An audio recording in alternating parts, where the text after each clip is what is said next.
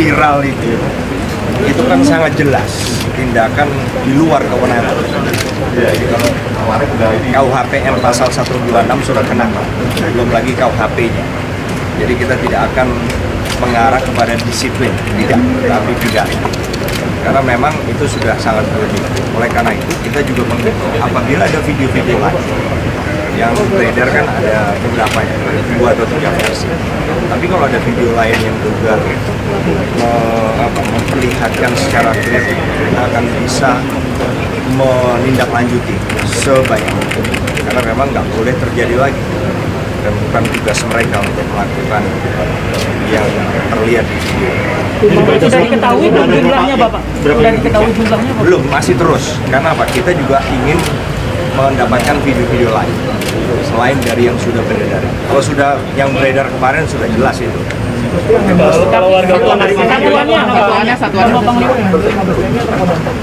Ya kita, Mabes Jadi TNI. itu memang bukan SOP, itu memang reaktif dari masing-masing anggota. Oh iya ya, kalau yang terlihat di viral kemarin kan itu bukan dalam mempertahankan diri atau misalnya bukan, itu termasuk bagi saya sudah masuk ke tindak pidana.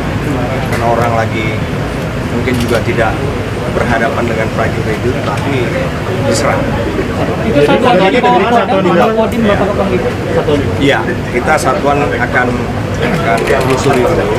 Biarkan kami tuntaskan sampai dengan besok sore.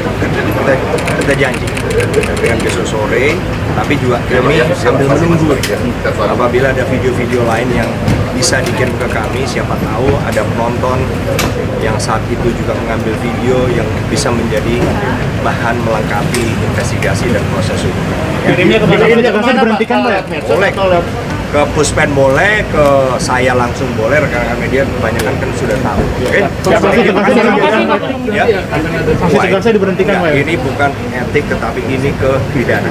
Oke? Berarti sanksi tegasnya diberhentikan, Pak? Ya, kita lihat pasalnya, kan ada tiap-tiap pasal ada ancaman hukumannya. Kita tidak keluar dari Masih belum tahu, Pak, ya, masih dalam berikan kami waktu sampai dengan besok. Sekaligus tadi, apabila ada tambahan video. Oke?